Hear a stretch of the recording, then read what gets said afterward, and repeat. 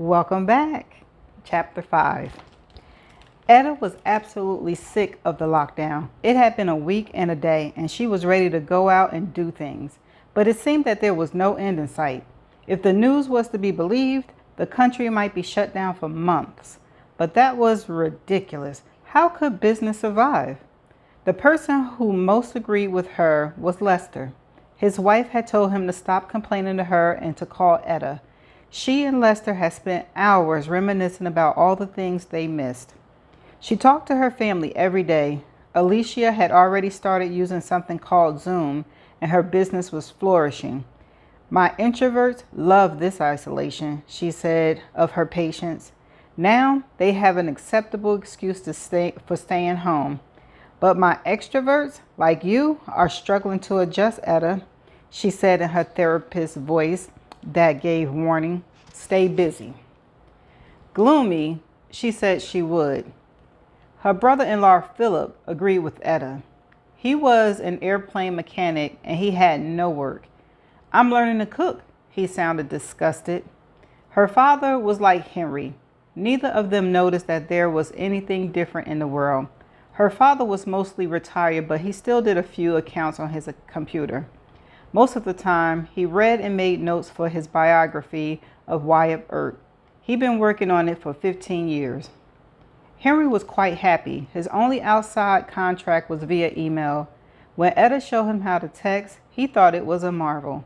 He and Caroline started texting back and forth as she was the techie in their family. Henry kept Etta informed of all that was going on with them. It was the baby's lungs that were having trouble. Little Alexandra was in the NICU, and Carol and Ben were in a nearby hotel. Carolyn knew Henry well, so she kept him updated on all that was going on in the outside world. The news of empty shelves and panic buying shocked them. Etta couldn't go to the grocery store, and she hadn't been able to get on any waiting list for food delivery. She was glad for Freddie, who delivered a small box of fresh produce every few days, but she left it on the front porch and didn't enter the house. When she rang the bell, Etta would run to the front window and mouth, "Are you okay?" Freddie would grimace, then reluctantly nod. Like Etta, Freddie hated being cooped up. When she left, Etta would watch Freddie until she was in her truck and out of sight. It was funny how some people you could know for years but not know at all. Then there could be an instant bond between strangers. That's how she felt about Freddie. They were friends. To occupy herself, Etta cleaned things. She did a whole kitchen, removing the contents of the cabinet, washing it all, then putting things back. Henry shook his head at her. He was content to read and think. Create, Etta said. That's what you do. Henry's reply had been, "You can tackle the attic." Etta said, "No, thanks." But 3 hours later, she pulled down the ladder and went upstairs. Maybe she'd find some things from 1874 when the house was built. But no, someone had cleared away that past. There wasn't anything before 1950s. After a thorough vacuuming, she asked Henry why it had been purged. "Oh, that would be my mother. If something was 2 years old, it was too old for her. She wanted a one-story new ranch house, but Dad said, 'My old house and I are one. Take us both or neither.'" Harsh, Etta said, but I'm glad he did it. The truth behind Etta's restlessness was that the dream never left her mind. It was still as clear as the day she awakened from it. When she saw Freddie through the window, sometimes Etta would envision her as having heavily rogued cheeks and a dress that showed her bare shoulders. Was Freddie now in that other reality doing what she did to survive? It was a shame since Freddie was good in the garden. Her produce was top-notch. Etta had met the neighbor Sophie only once, but she felt she knew the woman, certainly knew her voice. Etta asked Henry questions about her stage fright. "Well, she's all right in church, but put her on a stage even in high school and she chokes." Sophie had gone to stay with her sister for the lockdown. As for the other neighbors, the houses were closed so tightly it was like a barricade. Besides, Henry said, houses here are bought and sold so often I don't know any of the people in them. Sorry, but it's just us, he smiled at her, and I'm very, very glad you're here. She was pleased that Henry wasn't alone. He read all the emails and texts from his son and daughter-in-law to her, and they sent photos. Carol was holding the baby and smiling in deep pleasure. The picture of Ben with the baby made Henry teary. My grandchild, he whispered. I never thought I'd live long enough to see one. Etta put her arms around him. It was great that he loved his family so much. Most of the time, he spent in his library trying to complete his story about the dream. It could go several ways, he said. Henrietta and the man could fall madly in love, or they could part forever. Make it modern and have the hero and Alice have an affair. Sounds good, except that I am not modern. What did you come up with for Alice's future? You're the creative one, not me. I just look for Philip and invite him to dinner.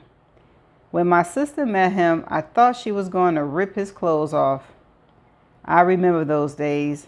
Now I'd be exhausted after 5 minutes.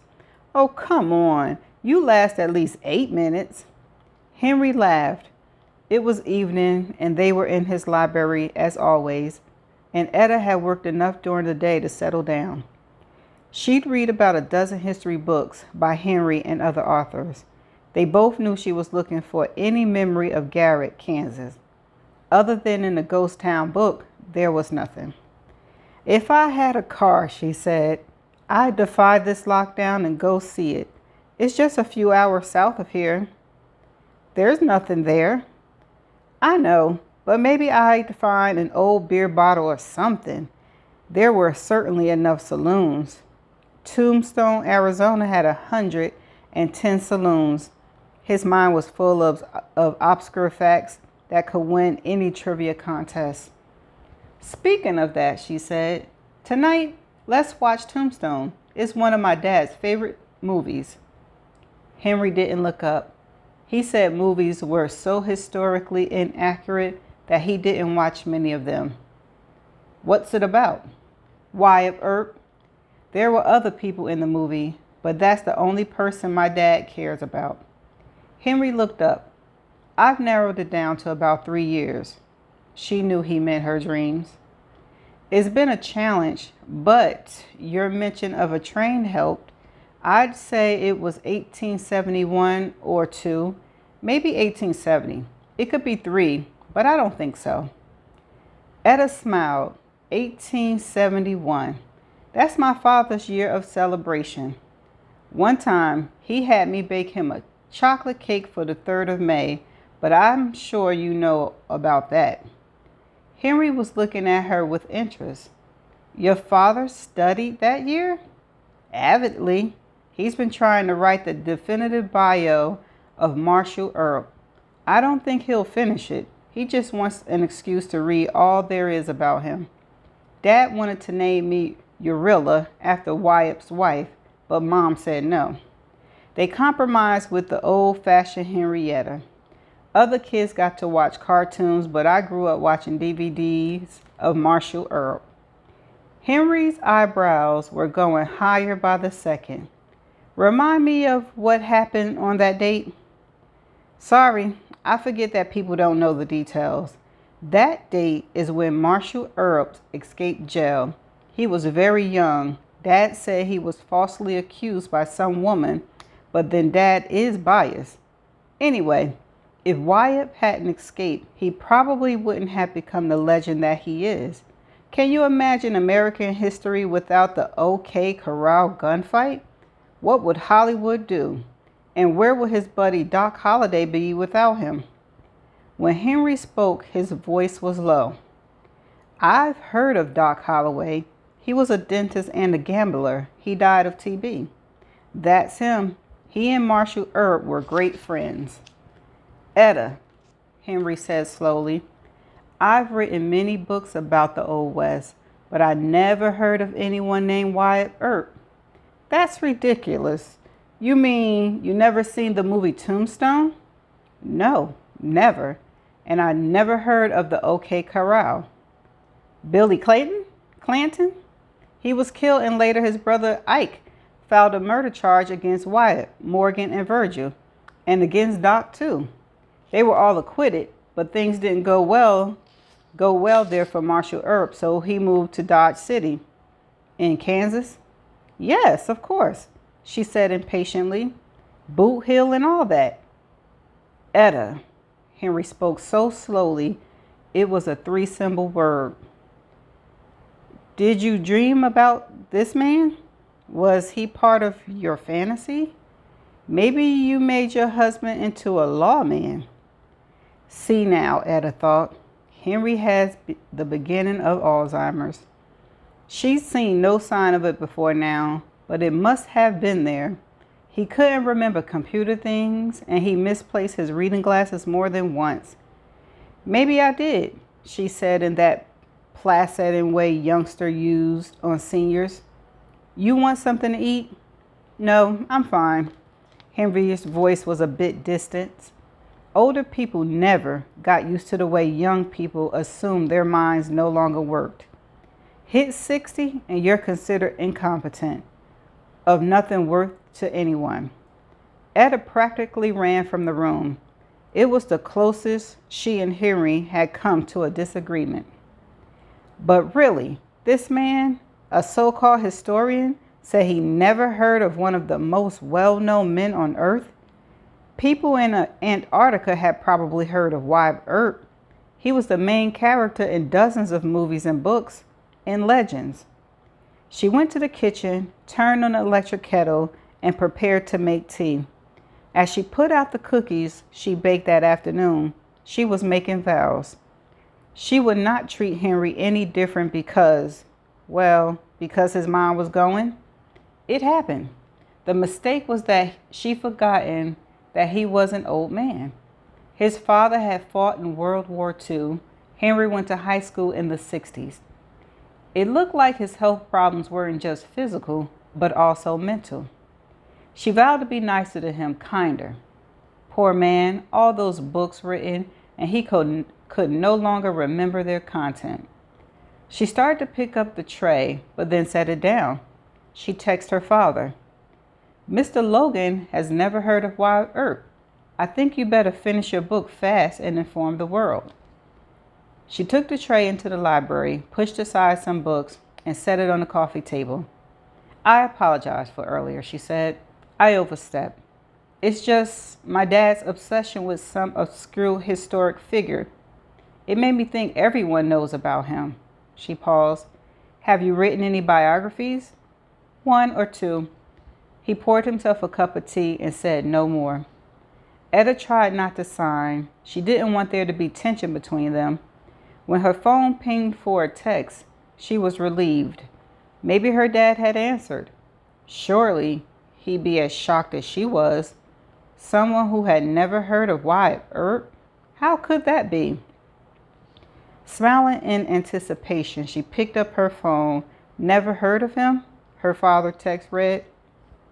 Henry, moving the fastest she'd ever seen him go, caught her before she went down.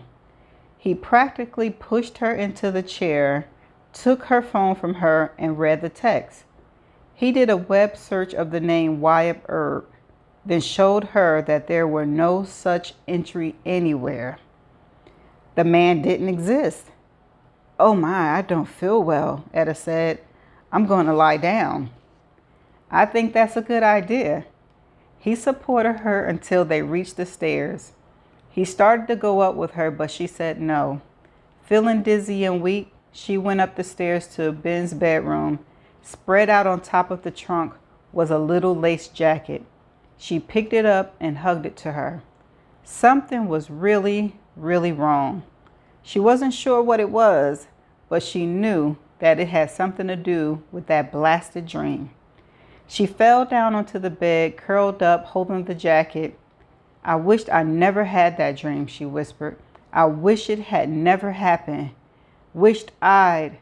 She fell asleep. I think she's coming around, Alice said. Miss Wilmot. Sorry. Miss Wilmot, are you all right? Her name's Lawton now, a man said. But she isn't used to that name yet, Alice snapped. Max, go get her some water. Etta heard footsteps fading into the distance. He's gone now, Alice, so you can wake up. Etta opened her eyes to see the house and one of the people of her dreams. She had the strangest feeling that she was home. And that's the end of chapter 5. What? There was no Wyatt Earp? Let me let y'all know something. I didn't know about him either until I got with my husband and he watched Westerns, and it seemed like all the Westerns were all about Wyatt Earp. I'm like, Wyatt Earp and what was the other man? Can't think of the other man name, but yeah, I didn't know of him either until I got with my husband and sat down and watched the actual Western, which, by the way, they are some funny, Westerns are funny. They funny because they are sarcastic, and I love it. So she's back in a dream, and she thinks that this is where she's going to be. And she mentioned that she think Henry has Alzheimer's. No, I don't know what to say, but that's the end of this chapter. I shall see you in the next chapter. Bye for now.